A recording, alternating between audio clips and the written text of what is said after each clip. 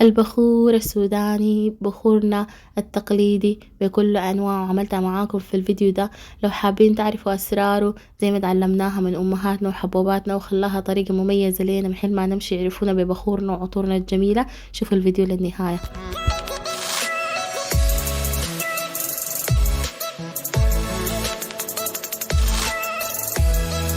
السلام عليكم جميعا، ان شاء الله انتم كويسين يا جماعة. ما تتخيلوا الفيديو ده انا بالنسبة لي مونتاجه ساكت هو عبارة عن سعادة. ايوه صح، تصويره كان صعب ومتعب، بس صراحة انا كنت مستمتعة جدا وانا بعمل لكم الفيديو ده.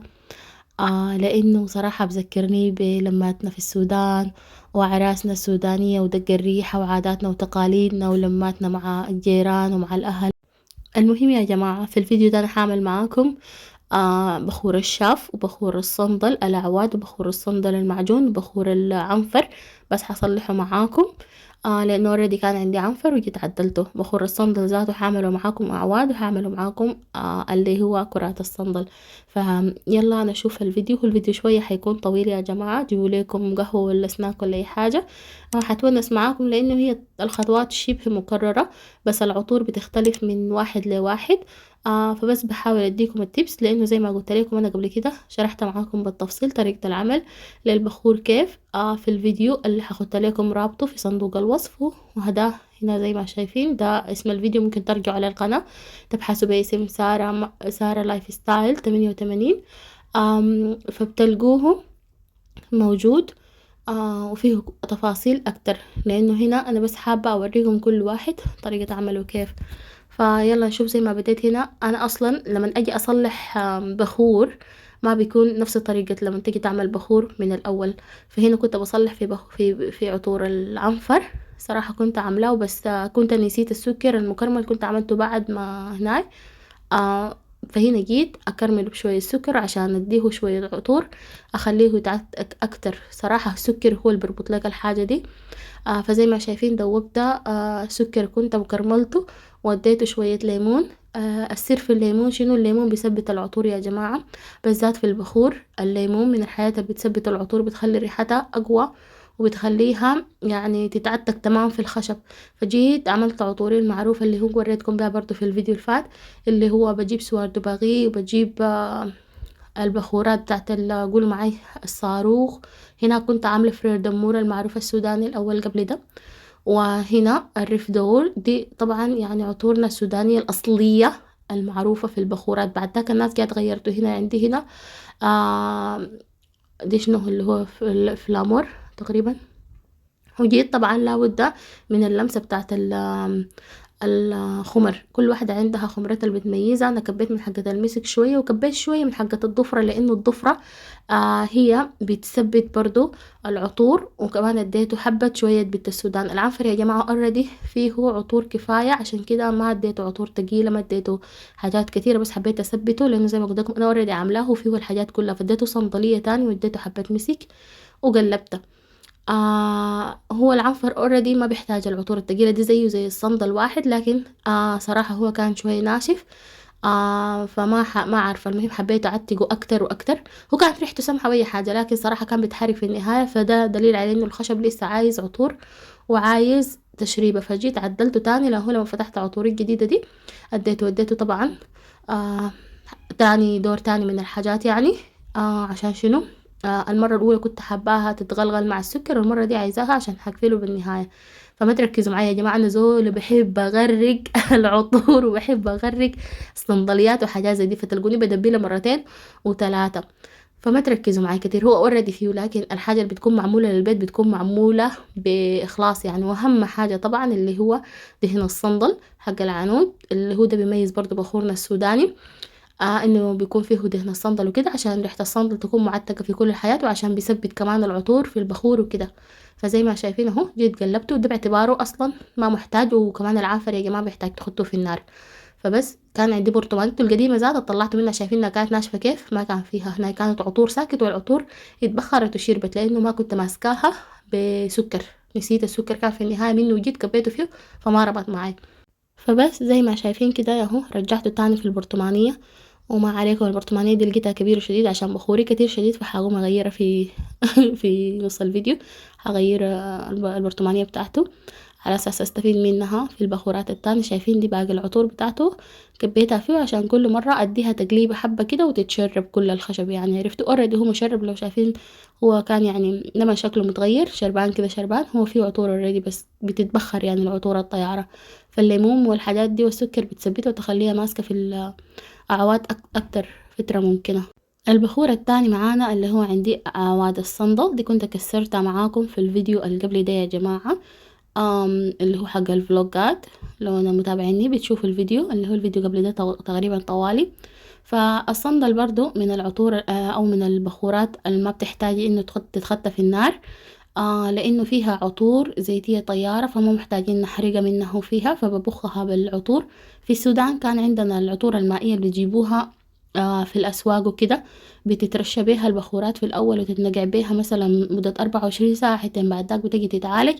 هنا ما عندي العطور المائية دي صراحة، فاستخدمت العطور الأصلية طوال التقليدية بتاعتنا. فانتوا ممكن تستخدموا أي عطور متوفر عندكم طبعا، لكن دي العطور الأساسية الأصلية المعروفة للبخور السوداني. وأنا مما قمت شفت وأمي ورثته من حبوباتها وكده بيستعملوا البخور ده أو العطور دي للبخورات، ومنها كمان الخمر.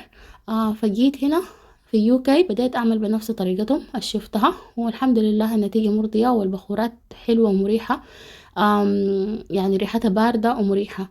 فزي ما شايفين هنا كانت العطور كتيرة، حنقعه مسافة شوية كده، حتى بعد ذاك بجي بشربه بالسكر بالمسك. فهنا خليته يتنقع شوية لأنه هو كان ما مرشوش. قلت لكم في السودان في خطوتين إنه يكون في العطور الزيتية، العطور المائية بتشتروها جاهزة كده، خلطة كده بتجي تبخوا بيها بتنقعوها فيها يعني. زي ما شايفين هنا كده أجهز السكر، كرملته في النار. ف اديته دقايق بس، يعني ما بياخد وقت كتير السكر طبعا عشان ما يحرق معاكم. الصندل بتاعي ما كان كتير لانه انا عملته زي 4 عواد وخليت الباقي. فجيت طفيته هنا بموية القرنفل برضو، عشان دي طريقتي انا غايته يا جماعة، عشان اثبت بيها العطور برضو. عرفتوا؟ لانه القرنفل والليمون ديل اكتر سرين بيثبتوا العطور في البخورات بتاعتنا يا جماعة، وحتى في الدلكات وفي الهنا. هذه انا كشفت لكم واحد من الاسرار. فانا باخد الاتنين يا جماعة عشان اثبت بيهم. ده بعدين بيخلي لون البخور يقلب، بس انا ما فارق معي، انا هم لي العطور من انه شكل البخور يكون مسكر وكده. ده للناس التجار اللي بيقولوا السوق مشى بيعملوا الحاجه دي من غير ما يركزوا مع منقوع القرنفل عشان شنو ما يخلوا اللون يتغير. لكن انا ما بيفرق معي، انا عاملاه لبيتي وعاملاه لنفسي وكده. زي ما شايفين سحنت هنا الميسك برضو او دقيته. انا كان ممكن اسحنه بالسحانه، لكن برضو السحانه يا جماعه بتطير ريحته، فدي برضو من الاسرار او التكات اللي بيقولوها. انا بدق دق، ما يعني ما باخد السحانه الكهربائيه عشان شنو الريحه بتاعته ما تطير. فرشيته، بحب ارشه حبه كده. حتقولوا لي بيطير؟ ما بيطير، لا، لانه هو داير حاجه دافية عشان تخلي المسك يسيح فيها، يعني عرفته اللي هو بيدوب في العطور برضو. فطوالي ما اديته فرقة كتير عشان الطاير، فجيت كشحته في هنا بتاعي. حتقولوا ما عملت حاجة صح، لا، انا عملت الخطوة دي عشان اثبت بيها. وعندي الخطوة التانية اللي بربط بيها اللي هي تقلت السكر بنفس الطريقة، وجيت كبيته على البخور عشان يمسك ليا وكده. عرفتوا؟ برضو كبيته في البرطمانية وحكب ده خليه يتنقع. طبعا ما اقول لكم يا جماعه الريحه اليوم داك البيت والانذار يشيل ويضرب، لا لا لا لا لا لا لا لا. كل ما احرق السكر الانذار يضرب. في النهايه قفلت على نفسي يا جماعه وفتحت الشباك بالليل ومطر مطر والجو بارد. لكم ان تتخيلوا خدت له هنا صندل بودره على اساس يحفظ، وكمان اديته شويه دهن الصندل وصندليه، واقفل على كده. نمرة 2 ضن كده انتهينا. اديته حبة قليبة كده عشان المكونات الأخيرة اللي ضفتها دي تتخلط معاه كلها. البخور نمرة 3 اللي هو ده البخور المعروف الشاف السوداني. هو مشهور بالنسبة للسودانيين، بس في ناس ما بتحبه لأنه بيحرق في النهاية، لكن هو معروف عنه إنه هو ما بياخد نار كتيرة عشان شنو ريحة الحرقة في النهاية ما تكون مضايقة. لانه هو ريحته شوية قوية اشبه للحطب وكده. هو شاف، يعني الشاف معروف انه بدخن في النهاية. فهنا كان قسمته لاتنين لانه لقيته كبير، هعمله على دفعتين او كتير كبير شنو. برضو نفس الطريقة يا جماعة. هسخن له السكر انا كنت ده ناقعاه من بدري وغسلته على اساس كان في تراب ولا اي حاجه تطير الارياح بتاعه الغبار وكده. فجيت هنا جهزت السكر بتاعي ده ممكن عادي تخلوه في النار وتشتغلوا عليه. بما ان انا شغاله على النار فديته المنقوع بتاعي اللي هو برضو فيه قرنفل وحبة محلب كان شوية مسحون، فديته ليهم برضو عشان شنو برضو اثبت ريحة المحلب برضو حلوة لانه شاف فيه ريحة كده في النهاية بتدخن. فاديته المحلب ده عشان شنو، في ناس هيقول لي ما ضروري تضيفوه يا جماعة، بس انا ضفته ساكت كده اني بحب ريحة المحلب. فشنو، جيت كالعادة برضو بعد ما خليته يتشرب المحلول بتاع القرنفل وكده، جيت اديته تاني محلول السكر نفس الطريقة اللي عملت بيها ديك كلهم. محلول السكر ده الليلة يا جماعة بارينا في كل الحاجات، فشنو ما ححتاج كل شوية اقول لكم عملت كده وحركته كده سويته كده. فبس زي ما شايفين قلبته تمام، بس بعمل الشاف ده عملته تقيل شوية لانه بعد ما طفيت عليه النار محتاجة اخلي السكر يتغلغل فيه، فلازم يكون تقيل شوية كده وعسل عشان يمسك العطور. برضو اديته مسك واقلب واقلب اقلب كده لحد ما تدخلوا الخلطات دي كلها في كل عوداية من العواد، تكون شربانة كل العطور وشربانة كل السكر وكل الحاجات. برضو جيت اديته نفس الشي صندلية وعطوري كلها زي ما شايفين اهو. ودي هنا الصندل لابد منه برضو كان خلاص كمل. هنا يا جماعة بريك، جيت اشرب لي قهوة شوية كده لانه كان خلاص الواطة ليلت والناس مشيناهم كلهم زوجي واولاده. بنت السودان دي يا جماعة برضو اللي بتميزنا واللي بتربط عطورنا، بيستخدموها بس في البخور ما في العطور مثلا الخمار ولا الدلكة ولا كده. ممكن مرة اعمل معاكم خمرة ودلكة برضو، لكن دي الحاجات دي لسه ما خلصت يا جماعة لما نخلص اقطع من ديك هعمل معاكم دي. فانا بخوراتي عشان بتخلص لانه بستهلك بخور كتير فعملته معاكم عرفتوا. فالمهم زي ما قلت لكم كانت الدنيا ليل خلاص انه خلاص تعبت، لكن قلت لا لازم اخلص لانه يعني بعد الجوطه والحوسه كان شفتوا الصاله كانت عامله كيف وب علي عنبر المجنونات. فكان لابد اخلص من الليلي داكا. كان صبحة الواطة نزل، انا لما خلصت كانت 3:30 تخيل، وبعد ده جيت نظفت الحته وضايرتها. العده طبعا ما غسلتها الا بعد يومين عشان نطلع منها السكر والحاجات نقعتها. اديته هنا رشه بتاعت صندل مسحوم برضو يا جماعه عشان يمسك البخورات، وبرضه بتديه ريحة حلوة لما يحرق للنهاية وكده. فالمهم انا قاعدة اتونس معاكم وبوريكم برضو الخطوات لو جات خطوة ما مكررة يعني، فهي الخطوات اغلبها بتكون مكررة. زي ما شفتوا ده بخوري القديم شايفين يا جماعة، في ناس بيقولوا ما بيعملوا القرنفل عشان بيقلب اللون ده، شكل البخور في النهاية بيقلب كده، لكن بالعكس انا ما بيفرق معي. يعني المهم يكون عندي البخور معتك وظابط عطوره كتير وحياته حلوة شكله ده ايا كان اللي يكون. ما بحب الحاجات يعني بس عشان يكون لونه ذهبي ولا كده، لا انا عاملاه للبيت في النهايه. فشنو حق القديم ده ذاته الفضه الحبه شايفينه كان حبه كيف، فجيت ضفت عليه ده وخلطتهم مع بعض كلهم يعني. فبس يا جماعة عطورنا السودانية دي كل زول عنده عطور معينة بيعمل بها، لكن دي العطور الأصلية المعروفة التقليدية اللي هو فرير دمور، سوار دباغي، والصاروخ أو العصفورة. وتاني شنو فرير قلنا شنو لفدور وتاني في جلامور. ديل كلهم الأربعة ديل ولا الخمسة ديل. وبيت السودان طبعا أكيد بيت السودان اللي هي الأصل في ده كله في البخور السوداني لأنه ريحتها قوية شديد بتكب منها حاجة هبشة. فدي كلها حاجات موروثاتنا من أمهاتنا وحبوباتنا وكده. أنا صراحة شفت ما حضرت تقريحة كتير، ما كنت بمشي كانت بيمنعوني إحنا الأطفال طبعا. لكن حقت عرسي كنت مصرة إن أنا أكون حاضرة، كان جابوا لي مرة تعملوا ليا، أمي برضو بتظبط العطور وكده، فكنت بتفرج يا جماعة. فعشان كده لما جيت هنا يوكي واقطع بخور كده من رسلوا لي تاني السودان خلاص بقيت ما في حاجة زي دي، فبقيت اجتهد اعمل حاجاتي براي. عملته المرة الأولى يعني كان كده المهم بالموجود عندي. المرة التانية دي كنت سافرت السعودية مش جبت العطور عديل من هناك وبخوري وحاجاتي، عشان كده قلت اظبطه معاكم. وعملته على مرتين، المرة الأولى عملتها ما صورتها، والمرة التانية دي قلت اعملها معاكم يعني اونس واوريكم برضو يعني عشان تعملوا بخوراتكم براكم. وعارفة الناس في الغربة بتكون محتاجة لبخوراتنا وحاجاتنا ومشتهياها، وصراحة في ناس بيبيعوه لكن ما بيكون بضمير كده، يعني الروحة بتاعته بتكون بس ما على قدر كده، فكلنا بقينا نجري للبخور التشادي. لانه ما شاء الله ديك كمان عندهم بخورات رهيبة وعطور حلوة شديد، يعني الزيتية العطور الزيتية بتاعتهم دي بتخلي سبعة العطور حلو شديد. فأنا بحب البخور التشادي وبحب البخور السوداني كمان. أكيد حقنا ده زيه ما في يعني مهما تجيب يعني برضو في النهاية بترجع لأصلك عرفتوا. فعشان كده كل فترة وفترة لما بخوري يكمل باجي بعمله براي بيجود بالموجود، يعني حتى لو عندي حاجات ناقصة ما مشكلة كل فترة بعمله، ولما ألقى الحاجات أو أطلب العطور أو أجيب العطور بجيب أعدله تاني. وين المشكلة؟ بالعكس يكون يتعتق حالاته كده. فنفس الشي جيت أعبيه هنا في البرطمانية. كان عملته على دفعتين، الدفعة التانية ما صورتها عليكم، فعبيته ياهو في البرطمانية الجبال، قلت لكم غيرتها، ولأنها هي كبيرة فشالت لي كله. نجي للبخور اللي بعده رقم 4 اللي هو ده بخور كرات الصندل. فما كان زمان بيعملوا كتير صراحة، لكن العروسات وكده فبيحتاجوا للصندل وكده، فبقينا نعمله شكل كرات اللي هو البودرة، لأنه سهل وسريع وكمان ريحته برضو رهيبة وحلوة.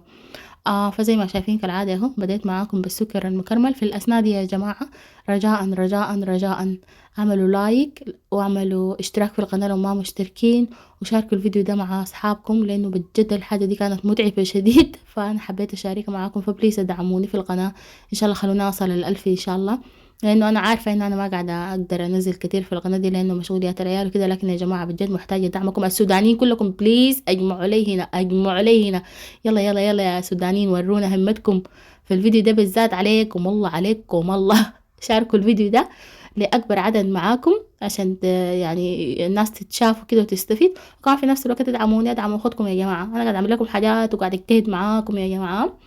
يلا يلا يا حلوين، شكرا لكم مقدما. وين اهل الحارة، اهالي واهل الجود الكرم يا يما. لا لا انا خلاص كان كده انوم قفة تاني. نرجع للفيديو يا جماعة. يلا زي ما شايفين هنا كنت جبت الصندل المسحون، جبته جاهز برضو وكبيت له السكر داك، وبعد ده يعني ده انتوا اجتهادكم شخصي يا جماعة خلصت حاجاتي كلها كان شبه خلصت، لكن ما عليكم في البخور ده انا ما عندي عطر زيتي في البيت الا وكبيته صراحة ما كنت ذاته عارفة شكله حيطلع كيف في النهاية او ريحته حتطلع كيف في النهاية، فبس عندي بواقي عطور كده اي عطر زيتي قدامي خلطته لكم. وما اقول لكم يا جماعة طلع رهيب قدر شنو انا كنت بس بخط عليه صندلية وصندل، وبديه ليكم حبة عطور زيتية خفيفة كده برضو حقة صندل، بكون جايبة عطور صندل وعارفة ريحته. لكن ده صراحة كان عندي كمية من العطور الزيتية خلطة كده عجيبة، وعطورات البخور الزيتية وعطورات يعني أنا مشترياها للديفيوزرات وكده. فما اقول لكم الريحة عجيبة ورهيبة، وما بتعرفوا ما بتفرزوا فيها حاجة، لكن حلوة وباردة ورهيبة. بس انا بمنتج لكم كده كنت بشرب في قهوتي وكنت بشم فيه ذاته حاجة عجيبة. يعني انا اعتقد ذاته لو في زول قال لي اعمل البخور ده تاني كده حق الكرات ده اديني نفسي ده ما حقدر اعمله له، لانه هي كان عندي بواقي وجابوا لي هدايا، وعلى على العطور اللي بيدوني ليها في الفالات حقت الولاد وكده كله كبيته هنا يا جماعة. بما انه صندليتي ودهن الصندل بتاعي خلصت، فكنت دايرة حاجة تربط لي زيتية، فأي حاجة زيتية عندي كبيتها هنا يا جماعة. والله طلع رهيب رهابة ريحة عجيبة كده وباردة. المهم ما عليكم، زي ما قلت لكم هو اجتهادات شخصية. أي عطر زيت عندكم كبوه اربطوا بيه الهنا ده. فهو محتاج دهن صندل كتير صراحة، برضو أنا محتاجة لو جبت دهن صندل تاني برضو حاجة أزيده. يعني هو رهيب أي حاجة يتربط معي في النهاية وكده، لكن دهن الصندل هو اللي بيخليه ظابط، وهو بخورنا الصندل المعروف العنب. فبس يا جماعة هنا زي ما شايفين كبيت معاكم كل الحاجات اللي كانت عندي كل شوية، وبجي بدعك وبدعك وبدعك عشان ادخل الزيوت واخليه يربط لحد ما يصل معي شكل الكورة ويكون ناعم. بعتذر يا جماعة صوت البوري بتاع العربية، انا شردته من ولادي خليته في الحديقة وجيت هنا عشان الصوت ده كمان جعلنا برا ولا شنو ما بعرف بيضرب في البوري. هو ذاته ممنوع يعني زي الوقت ده ما عارفة ماله، بس عشان يقاطعوني انا الحمد لله بس. المهم يا جماعة هنا زي ما شايفين ما خليت حاجة في البيت ما ربطتها بيه، وفي النهاية جيت ربطته بالصندلية. شايفين هنا خلاص شكله كان خلاص بقى بيتربط مع بعض، ولما اعصره كده بيحاول يطلع شوية الزيت. هو ما بيطلع الزيت لانه ما يعني ما كثيرة شديد كده، بس الحاجة ربطت لي. شايفين لما جيت كورته كور معي معناها كده تمام. فبس جيت خطيته ياهو برضو في نفس الشي في برطمانية قزاز. الافضل انكم دايما البخورات والحاجات اللي فيها عطور زيتية وطيارة دي تخطوها في في حاجات قزاز، لانه البلاستيك بيشيل نص الريحة، ولا القزاز بيحفظه لكم زي ما هو يعني عرفتوا. وبس يا جماعة تم بحمد الله، وكده عملت معاكم كل بخوراتي، وما تتخيلوا الراحة النفسية والانبساط اللي كنت فيها كيف، لانه خلاص ضبطت بخوراتي وحخليها تتعتق. طبعا ما هستعملها هسه. بخور كرات الصندل، بخور العنفر، وكمان بخور الصندل الأعواد، وبخور الشاف بكل أنواعه زي ما شايفين اهو. وهو يا جماعة خديتهم كلهم في تراي كده أو صينية كده عشان أحطهم في حتة مظلمة ومقفولة عشان يتعتقوا. وشلت منهم بسيط خديته عشان أبخر به البيت. ده هنا بعد ما خلصت نظافة، كنت قاعدة شغالة هنا في الصالة يا جماعة، وبعلي المنظر كان. فهنا نظفت خلاص ودايرتها وكده. بوريكم انه خلاص رجعنا زي ما كنا. وحجرب معاكم البخور اهو، تنكش تنكش تنكش، شايلة جمرتي وماشية. فقلت كده اجرب. ده كان تاني يوم صراحة بعد ما هنا يعني صحصحت وكده. فطوالي شلتها من الصندل، لانه ريحة الصندل طبعا يا جماعة اوه دمار دمار. وبتقعد يعني فترات طويلة كمان. فبس يا جماعة كان رهيب. دي الحالة لسه ما تعتق، بس ده كان تاني يوم رهيب رهيب رهيب يعني حبيت. وبس يا جماعة ده كان فيديو اليوم. لو حبيتوا النوع ده من الفيديوهات اكتبوا لي في التعليقات تحت. ولو حابين اي حاجة اعملها معاكم من تجاربي ومن واقع خبرتي البسيطة دي. انا يوكي دي يا جماعة خلتني اتعلم الحاجات غصب. فبس لو حابين اعمل معاكم اي حاجة تانية من حاجاتنا السودانية التقليدية، لو انا بعرفها اكيد حشاركها معاكم وما حبخل بيها. وما تنسوني من اللايك والشير يا جماعة. ولحد ما الاقيكم في فيديو جديد اتأكدوا دايما انكم مشتركين في القناة ومفعلين الجرس عشان لما ننزل الفيديوهات تصلكم. ولحد ما الاقيكم في فيديو جديد اقول لكم في امان الله، سلام، باي باي.